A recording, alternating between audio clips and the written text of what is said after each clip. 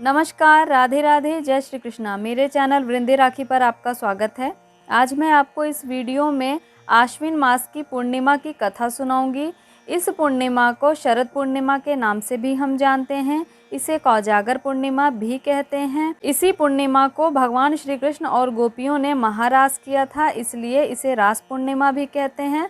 और उड़ीसा में इसे कुमार पूर्णिमा के नाम से लोग जानते हैं, क्योंकि इस दिन भगवान शिव और माता पार्वती के पुत्र कुमार कार्तिकेय का जन्म हुआ था। तो आइए अब हम इस आश्विन मास की पूर्णिमा यानी कि शरद पूर्णिमा की कथा सुनते हैं। बहुत समय की बात है, एक साहूकार की 2 पुत्रियां थीं। दोनों ही पुत्रियां पूर्णिमा का व्रत किया करती थीं। बड़ी पुत्री पूर्णिमा का व्रत बड़े विधि विधान से किया करती थी, लेकिन छोटी पुत्री पूर्णिमा का अधूरा व्रत ही किया करती थी। धीरे धीरे वह बड़ी होने लगी। बड़ी होने के बाद साहूकार ने दोनों पुत्रियों का विवाह कर दिया। बड़ी बहन को एक पुत्र की प्राप्ति हुई और छोटी बहन को जो भी संतान उत्पन्न होती वह जन्म लेते ही मर जाती।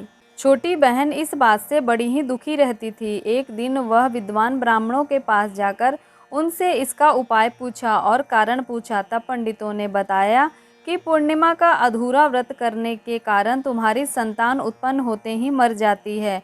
तुम पूर्णिमा का विधि विधान से पूरा व्रत करो तो तुम्हारी संतान सुरक्षित रहेगी।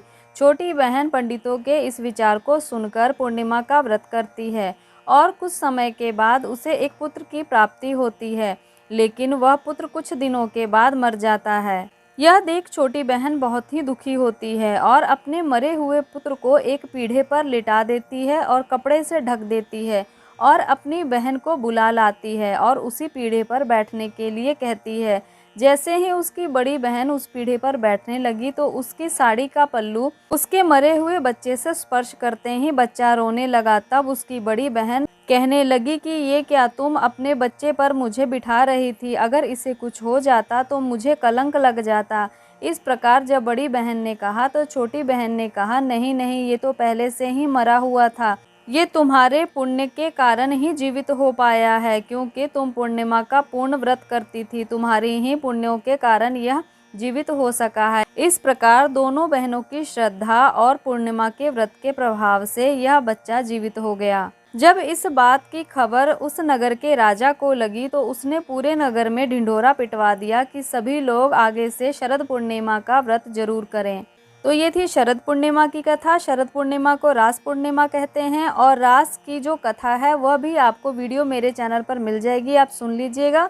और अपनी प्रतिक्रिया या राय देने के लिए कमेंट जरूर करिएगा या कमेंट बॉक्स में राधे राधे या जय श्री कृष्णा जरूर लिखिएगा। तब तक के लिए नमस्कार।